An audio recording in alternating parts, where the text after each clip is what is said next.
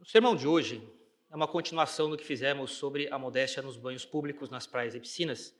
Há alguns meses, vários meses já, penso em fazer esse sermão aqui. Finalmente, hoje saiu. Falo de um sermão sobre considerações que um católico nunca deve esquecer ao praticar esportes. É o nosso tema de hoje. Será uma primeira parte na qual vamos colocando os princípios e construindo o raciocínio para deixar claro que o magistério da igreja já ensinou sobre os esportes e a vida católica. Um sermão bem ancorado nos princípios certos da doutrina católica, nas instruções dos pastores legítimos e não sobre a opinião pessoal dessa ou daquela pessoa. Um sermão tranquilo para iluminar e conhecer a verdade e ajudar a todos. Lembre-se de que o primeiro esforço do demônio é de fazer com que as pessoas pensem mal, raciocinem mal para viver mal. E que a primeira obrigação dos pastores é de ensinar a verdade para fazer o povo viver na verdade. Bem, para seguir uma boa ordem, começaremos apresentando o que os papas já falaram sobre o assunto.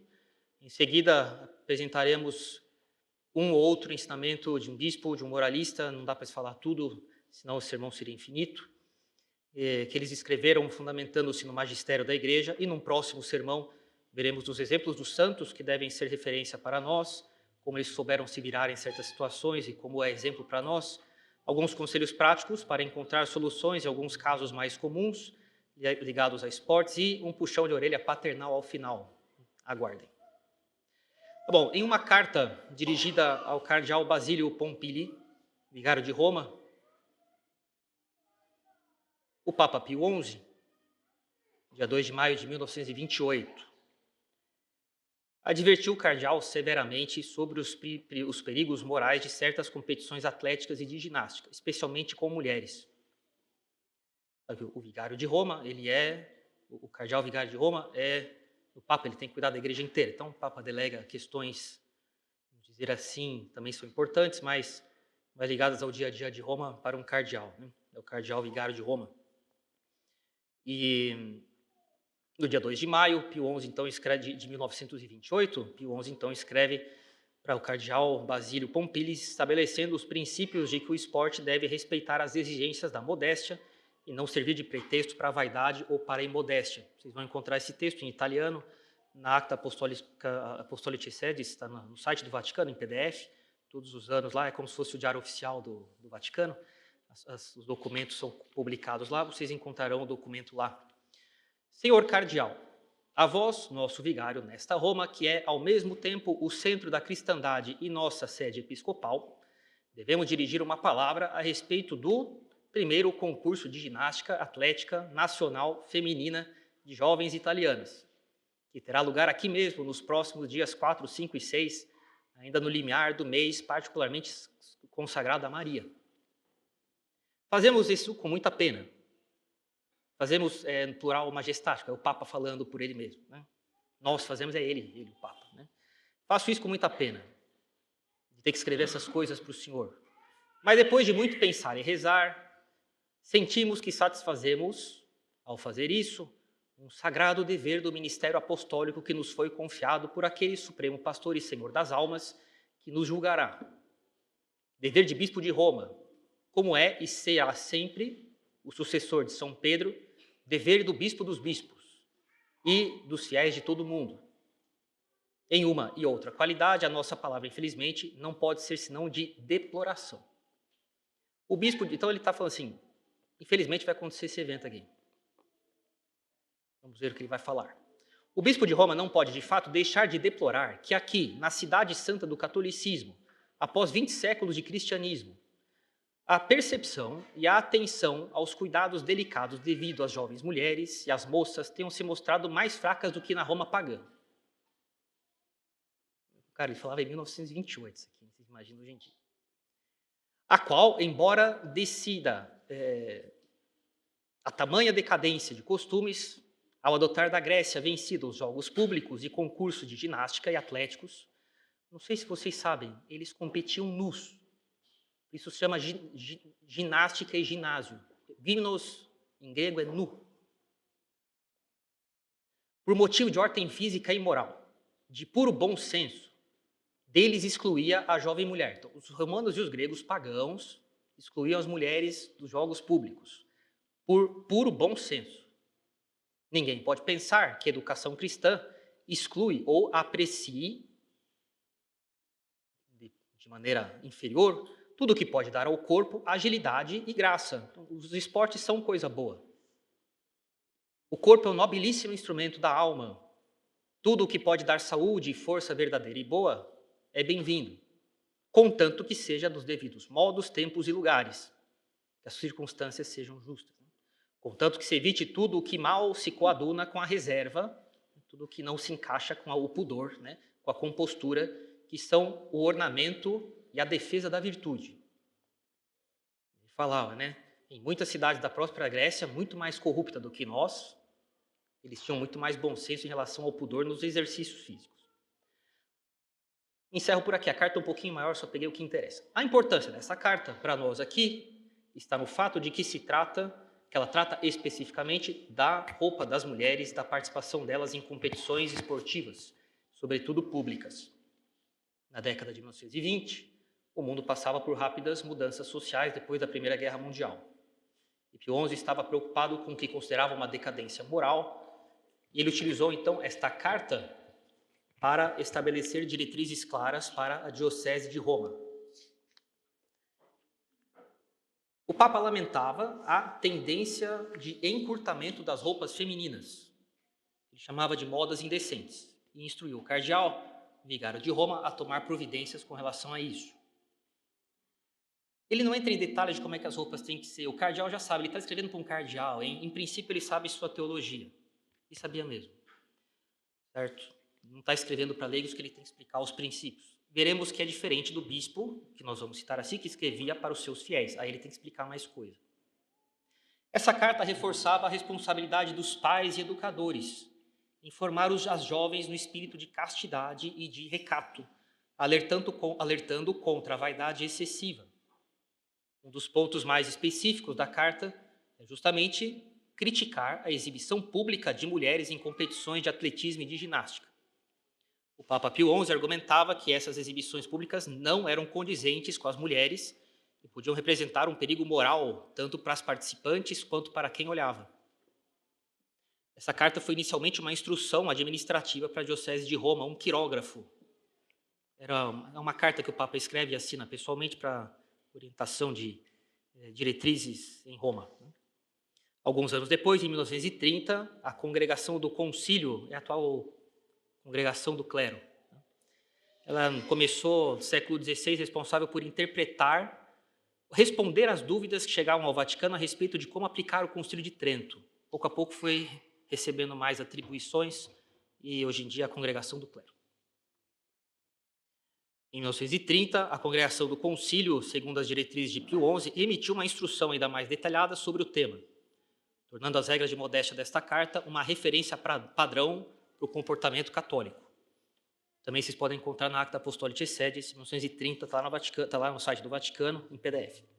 Essa instrução oficial, publicada no dia 12 de janeiro de 1930, por ordem do Papa Pio XI, estabeleceu diretrizes claras para combater a imodéstia nas roupas e nas exibições públicas e trata diretamente da participação em jogos de ginástica e competições. Então, eu vou citar só o que nos interessa, outras partes dizem respeito a escolas ou outras coisas. Então, para que isso seja levado a efeito de modo mais fácil e seguro, esta sagrada congregação, por mandato do Papa, decretou estabelecer o seguinte sobre o assunto. 1.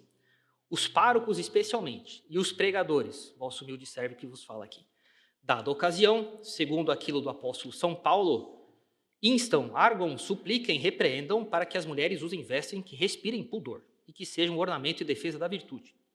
E demoestem os pais para que não permitam que as filhas usem vestes indecorosas.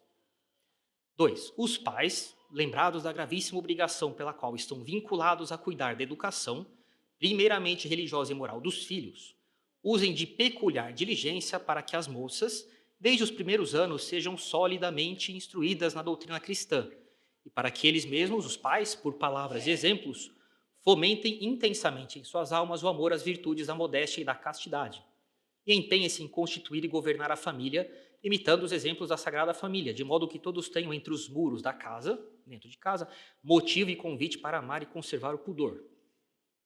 3. Os mesmos pais afastem as filhas dos exercícios públicos e concursos de ginástica. Se, porém, as filhas forem forçadas a participar deles, consulte o seu padre para ver o que é isso. Ah, padre, eu tenho que estar lá. Bem, vamos refletir se tem que estar mesmo. Se tiver, aí a gente vai fazer o que tem que fazer. Se, porém, as filhas forem forçadas a participar deles, cuidem para que usem vestes que manifestem plenamente honestidade. E nunca permitam que usem aquelas vestes que sejam desonestas. Até aqui, Pio XI. Um pouco mais para frente, em 22 de maio de 1941, Pio XII fez uma alocução às moças da Ação Católica.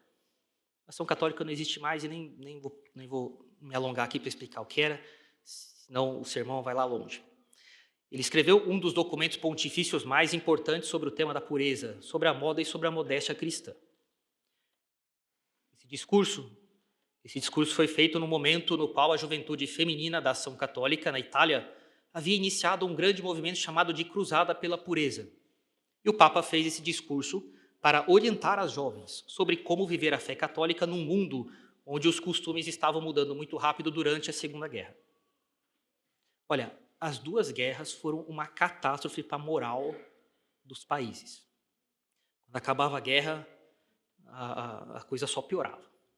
Você pensa que as pessoas vão refletir e falar, eu acho que Deus nos puniu, é melhor melhorar de vida. Não, não foi assim. Nesse discurso, Pio XII abordou diretamente a objeção de que certas roupas imodestas seriam necessárias por questão de higiene ou de conveniência, conforto, para a prática de esportes e exercícios físicos. Ele respondeu que se uma roupa representa um perigo para a saúde da alma, não pode ser considerada higiênica para o espírito. Ele afirma que a salvação da alma exige sacrifícios, comparando o esforço das jovens, para as quais ele falava, ao heroísmo das mártires como Santa Inês e Santa Cecília. Pio XII falava assim, alguns jovens dirão talvez que uma determinada forma de vestido é mais cômoda e também mais higiênica. Mas, se constitui para a saúde da alma um perigo grave e próximo, não é certamente higiênica para o espírito, tem-se o dever de renunciar. E também Pio XII fala onde o esporte se torna exibição, onde ele esquece a reserva que é o ornamento mais belo das mulheres, ali ele deixa de ser um instrumento de saúde e de educação. Lembre-se, o esporte é, antes de tudo, um elemento de educação, para tornar-se um perigo para a moralidade. Não digais, assim fazem todas. O que fazem todas não é necessariamente o que é bem feito. Aliás, eu acho que todos nós aqui somos do grupo de pessoas desse planeta que não acredita que o número faz a verdade, certo? A salvação da alma fez heroínas as mártires como Inês e Cecília, em meio dos tormentos e lacerações dos seus corpos. E vós não saberíeis encontrar no fundo dos vossos corações a força e a coragem de sacrificar um pouco de bem-estar, uma vantagem física, se quiserdes, para conservar o tesouro da pureza em vossas almas. Vestidos que mal bastam para cobrir a pessoa, outros que parecem feitos para colocar em relevo o que deveria antes esconder, roupas justas. Esportes que se praticam com tais roupas. Aquele gênero de exibicionismo que em tais companhias que é inconciliável com o mais elementar senso de pudor. Pio XII diz que a forma como uma mulher se veste tem um impacto direto na sociedade. Ele incentiva as jovens a serem líderes de uma mudança de mentalidade, não cedendo à pressão social para seguir estilos que ofendam a moral cristã, e elogia a iniciativa das jovens e as exorta a um combate inteligente e corajoso. Minhas caras moças, eu sei que é muito bom dizer que você é uma doce ovelhinha do Senhor, nada contra falar isso, sem sentimentalismos também. Mas essas coisas não são incompatíveis com um pouco de virilidade, né, fortaleza de vocês. Eu posso dizer que ao longo da vida de padre, eu vi moças que eram um espetáculo de liderança e de condução das coisas e de iniciativa. Eu desejo a todas vocês, umas mais, outras menos, cada uma tem um jeito, mas eu realmente desejo que vocês não aprendam só a bordar e a costurar e a cozinhar, mas que vocês tenham um pouco de liderança. Isso aqui é muito bom. E não é feminismo isso aqui. Tá?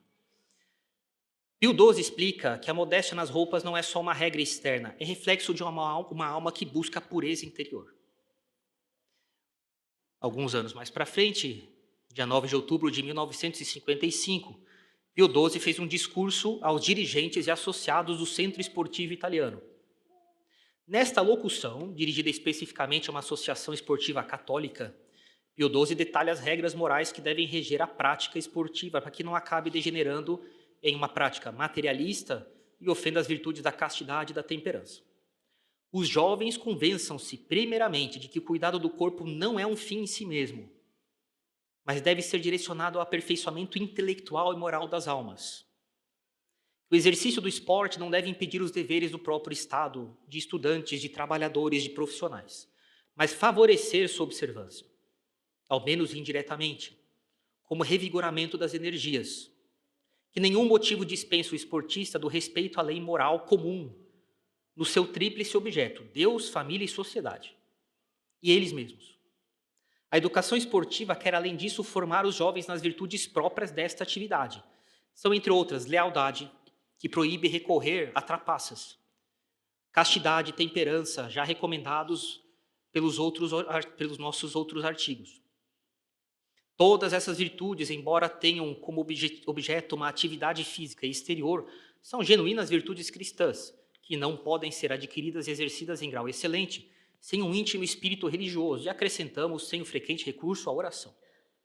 Até aqui, discursos importantes dos papas, nos dando princípios e orientações fundamentais sobre o modo correto de praticar esportes, nos lembrando verdades que não podemos esquecer na vida. Bem, vamos agora a mais um bispo e a um moralista que eu gosto muito, o Padre Antônio Penhador, e encerraremos por aqui, e no próximo sermão veremos aqueles outros pontos de que falei no começo. Os bispos e os moralistas sempre ensinaram que o esporte e o cuidado com a saúde física são legítimos e louváveis, desde que ordenados ao bem da alma e praticados com as devidas cautelas para evitar escândalo, não causar tentações e não se tornarem ocasiões próximas de pecado.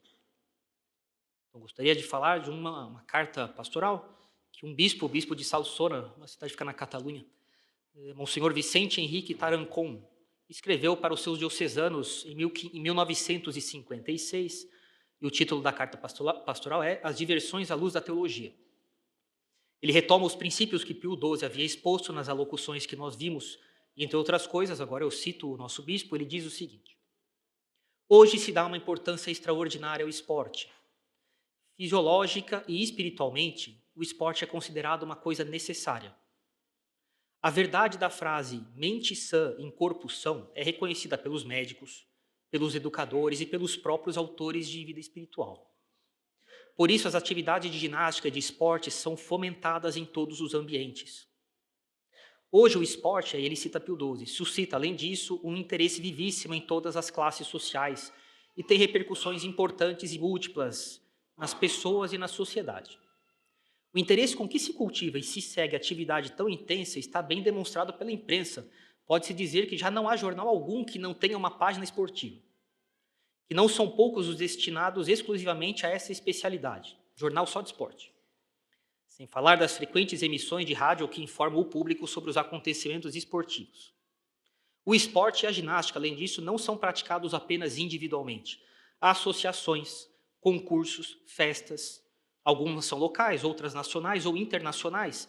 E, finalmente, os Jogos Olímpicos foram estabelecidos, cujas vicissitudes são seguidas com ansiedade viva pelo mundo inteiro. O mundo para assistir um negócio na Olimpíada. E ainda acrescenta numa outra ocasião, Pio XII. Com a chegada deste século XX, o esporte adquiriu proporções tais pela multidão de aficionados e profissionais, pelas multidões que acorrem aos estádios e pelo interesse que desperta por meio da imprensa, que constitui um fenômeno típico da sociedade de hoje. Sua importância crescente suscitou, ao mesmo tempo, novos aspectos e problemas no campo da educação, do cumprimento dos deveres religiosos, da moralidade até no âmbito social, tanto que não podiam ser desatendidos pela Igreja, sempre atenta a promover organizações adequadas às novas exigências. Sabem que nessa época começou a aparecer profissionalização do esporte, chegamos até hoje a esportistas que ganham milhões por mês, não é o nosso problema hoje, nesse sermão, mas os moralistas não hesitam em dizer que isso é imoral. Bem, depois podemos falar disso em outra ocasião. Pio XII fixou claramente o princípio que nos deve guiar para enquadrar o esporte dentro do plano teológico. Pio XII. Tudo que serve para conseguir um fim determinado tira a sua regra e a sua medida daquele mesmo fim. É muito fácil de entender, né? Se o médico quer fazer uma cirurgia no coração, essa é a finalidade dele, curar o coração de alguém, O que serve para conseguir isso vai ser pensado em função do fim, certo? Ele vai usar os instrumentos, ele vai usar as máquinas, ele vai usar os fios de sutura e outras coisas que são específicas para o coração e não para outra coisa. Então, você tira do fim a organização das etapas até esse fim. Ora, então, qual é a finalidade do esporte? O esporte e a ginástica têm como fim próximo educar. Então, atenção, educação. O esporte serve para educação. Desenvolver e fortificar o corpo em seu aspecto estático e dinâmico, para que a pessoa esteja em boa saúde e possa fazer suas coisas. Como um fim mais remoto, a utilização por parte da alma do corpo, preparado assim para o desenvolvimento da vida interior ou exterior da pessoa. Também como um fim mais profundo, o de contribuir para a perfeição da pessoa. Por último, como fim supremo do homem em geral e comum a toda forma de atividade humana, aproximar o homem de Deus. O esporte deve ser feito de um jeito que não atrapalhe a sua vida de oração, que ele facilite o cumprimento dos seus deveres de Estado. E assim você se aproxime de Deus. Nossa alma é unida ao corpo, hein? Se o corpo começa a falhar por negligência, você não vai conseguir cumprir bem seus deveres. Bem, estabelecido esse princípio geral, poderiam ser fixadas, o bispo aqui falando, a respeito do esporte as seguintes conclusões. Primeiro, o esporte é em si mesmo uma atividade lícita e até positivamente boa. Porque a finalidade próxima que se propõe é honesta e inclusive necessária. O desprezo e até o ódio ao corpo, fomentado por alguns com desculpa de espiritualidade ou de ascetismo, é antinatural e anticristão. O corpo é uma criatura de Deus. O corpo acompanha a alma durante a sua peregrinação neste mundo. O corpo, num conceito cristão, tem um caráter sagrado, é templo do Espírito Santo, nos diz São Paulo. É o instrumento da alma para conseguir a perfeição, para praticar a virtude, para trabalhar para a glória de Deus. Educar, desenvolver e fortalecer o corpo, essa é a finalidade primeira do esporte, é um dever. Porque é necessário procurar que o instrumento, o corpo é instrumento da alma, é necessário procurar que o instrumento esteja nas devidas condições para praticar o bem. O corpo, afinal de contas, será também glorificado no último dia. Porque quem fez o bem não foi só a sua alma, foi sua alma e o seu corpo unido à sua alma. Não seria totalmente justo sua alma receber recompensa e o corpo ficar apodrecendo lá debaixo da terra. Segunda conclusão, mas o corpo não é a parte principal do homem, é inferior à alma. A alma deve ter a primazia. Tudo o que se refere ao corpo, também sua educação e desenvolvimento, deve sujeitar-se à alma. Do contrário, existiria desordem. Em caso de conflito entre os valores ou sucessos esportivos e os valores espirituais do homem, nunca será lícito sacrificar os valores espirituais por êxitos materiais. Uma segunda exigência da ordem religiosa e moral, fundada na escala objetiva de valores, proíbe, em caso de conflito, sacrificar em favor do corpo os interesses intocáveis da alma. Verdade, honestidade, caridade, justiça, equidade, integridade moral, pudor natural, o cuidado obrigatório com a vida, com a saúde, com a família, com a profissão, com um bom nome, com uma honra verdadeira. Essas coisas não podem estar subordinadas à atividade esportiva, às vitórias e aos títulos. Em outra ocasião, Pio XII acrescenta, os jovens devem persuadir-se, em primeiro lugar, que o cuidado com o corpo não é um fim em si mesmo, mas é dirigido ao aperfeiçoamento moral da alma. Já citamos isso aqui. Terceiro, o corpo, depois do pecado, tem áreas de independência e de domínio. E pela desordem da concupiscência, o corpo tende instintivamente ao pecado. Como diz São Paulo, sinto outra lei nos meus membros, que repugna a lei da minha mente, a minha consciência, e me acorrenta a lei do pecado que está nos meus membros. Ele não pecava, mas é uma luta, hein? Por isso, o esporte que fomentasse os instintos e as forças puramente corporais em prejuízo do domínio da vontade seria desordenado. Do mesmo modo, diz Pio XII, assim como há uma ginástica e um esporte que, com austeridade, ajudam a refrear os instintos, então acaba ajudando na educação. Ótimo. Assim, há outras formas de esporte que despertam os instintos. Luta livre, MMA, por exemplo. Não sei se vocês têm alguém aqui que acha que é normal alguém fazer isso, mas enfim, já vamos chegar aí. Seja com a força violenta, seja com as seduções da sensualidade. Mesmo sob o ponto de vista estético, com o prazer da beleza, com a admiração do ritmo da dança e da ginástica, o instinto pode inocular seu veneno nas almas. Além disso, no esporte, na ginástica, no ritmo, na dança, um certo nudismo que não é necessário e nem convém.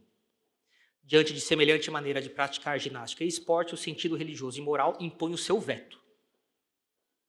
Quarto ponto, o esporte não pode ser excessivo, porque redundaria em prejuízo do corpo, ao qual se trata de educar e fortalecer.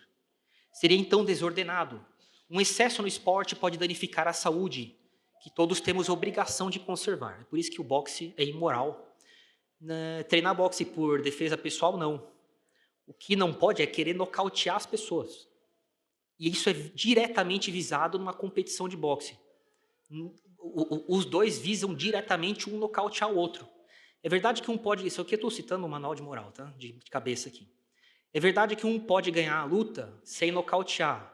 Isso em teoria. Na prática, quem sobe, quem tem ranking e quem tem sucesso é porque nocauteia. E a motivação do público.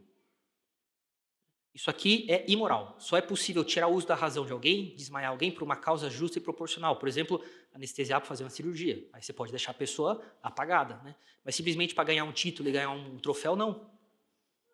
Padre, posso fazer boxe para treinar e aprender a me defender? Mas sem dúvida nenhuma. Só não visar nocautear o seu treinador. Há certos esportes, além disso, ao menos chamam de esporte, não sei com que razão, que por seus procedimentos e por suas consequências tem grave perigo para a integridade física e não poucas vezes chegam a acontecer mortes. Boxe e luta livre. São lembranças de jogos pagãos, abolidos pelo cristianismo, que agora foram restaurados com desculpa de esportividade, mas que revelam o caráter pagão da nossa época e supõem um retrocesso na civilização. Isso aqui é o nosso bispo falando. Com relação a esse último, é um erro lamentável, diz o Papa, o daqueles que pretendem um direito sem limites para dispor do próprio corpo e, portanto, submetê-lo a riscos evidentes, fadigas esgotantes ou ainda, com o fim de obter o que as próprias forças não podem dar, tomar substâncias gravemente prejudiciais, anabolizante, etc, etc. Que além de causarem dano ao organismo, talvez de forma irreparável, são considerados pelos peritos como fraude. Não é pequena também, nesses casos, a responsabilidade dos espectadores, organizadores e escritores que exaltam o risco temerário e exigem dos atletas um esforço desumano. Quinta consequência, a excessiva importância que se dá ao esporte é perigosa. Além disso, porque pode degenerar num culto desordenado ao corpo, à força, à agilidade corporal, desprezando os valores espirituais. Essa doutrina, diz o Papa, ensina a respeitar o corpo, mas não a estimá-lo mais do que é justo. A máxima é essa, cuidado com o corpo, fortalecimento do corpo, sim. Culto ao corpo, divinização do corpo, não. Assim como não a divinização da raça e do sangue. Já fizemos um sermão não faz muito tempo sobre isso.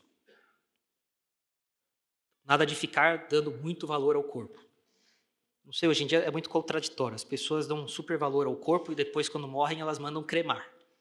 Se elas ainda mandassem embalsamar para ficar conservado, seria mais lógico. Sexto ponto, o esporte não é, portanto, o valor supremo no homem. Nem pode ser colocado como objetivo supremo da vida ou da grandeza de um povo ou uma nação. Esse sexto ponto eu peço bastante atenção. Nem se pode dar às competições esportivas uma importância descabida em prejuízo das atividades religiosas, políticas, culturais ou literárias de um povo. Quando essa importância excessiva que se dá ao esporte tem a finalidade estudada, é deliberado, é consciente, de preencher um vazio numa nação, provocado voluntariamente, então, os governantes deixam as pessoas ignorantes e depois dão pão e circo. Ou de fazer esquecer questões ou interesses de ordem superior. Se o time vai se classificar, mais do que os sérios problemas que batem às nossas portas em alguns meses aí. Com eleições, por exemplo. Como são problemas políticos e sociais, etc. Comete-se, então, uma fraude de gravíssimas consequências sociais.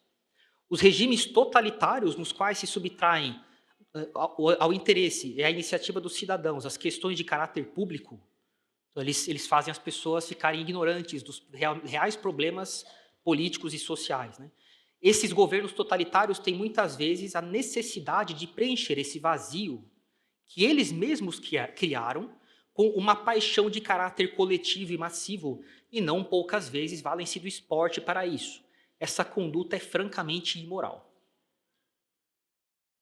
Último ponto, os esportes devem ater-se às leis morais que regulam todas as atividades humanas.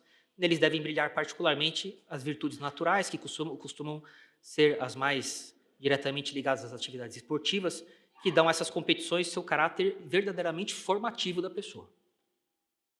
Eu só gostaria de terminar uma citação do padre Peinador, então, no seu Tratado de Moral Profissional, ao falar dos esportes, levando em conta tudo que os papas haviam escrito, que nós lemos aqui.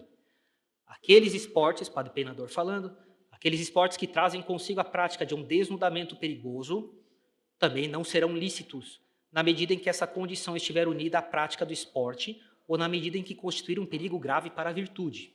Número 692 do seu Tratado de Moral Profissional. Bem, por hoje está bom, gostaríamos de continuar a instrução, mas não temos todo o tempo do mundo, e realmente, vocês sabem que aqui na capela gostamos de dar princípios e fazer com que cada um compreenda bem e tenham convicções antes de tudo, né? Nós só mudamos por fora se mudamos primeiro por dentro, e a igreja faz a gente pensar bem para viver bem. Na segunda parte desse sermão, veremos mais de perto os exemplos dos santos, que devem ser referências para nós. Eles tiveram essa criatividade que a caridade dá, de encontrar soluções para os problemas da época. Vocês podem imaginar como faziam os primeiros cristãos quando tinham banhos públicos em Roma, ou o ginásio, eu já falei como é que funcionava. Como é que faziam? Alguns conselhos práticos também para encontrar soluções para alguns casos mais comuns relativos à prática esportiva e um puxão de orelha paternal ao final. Aguardem. Em nome do Pai, do Filho e do Espírito Santo. Amém.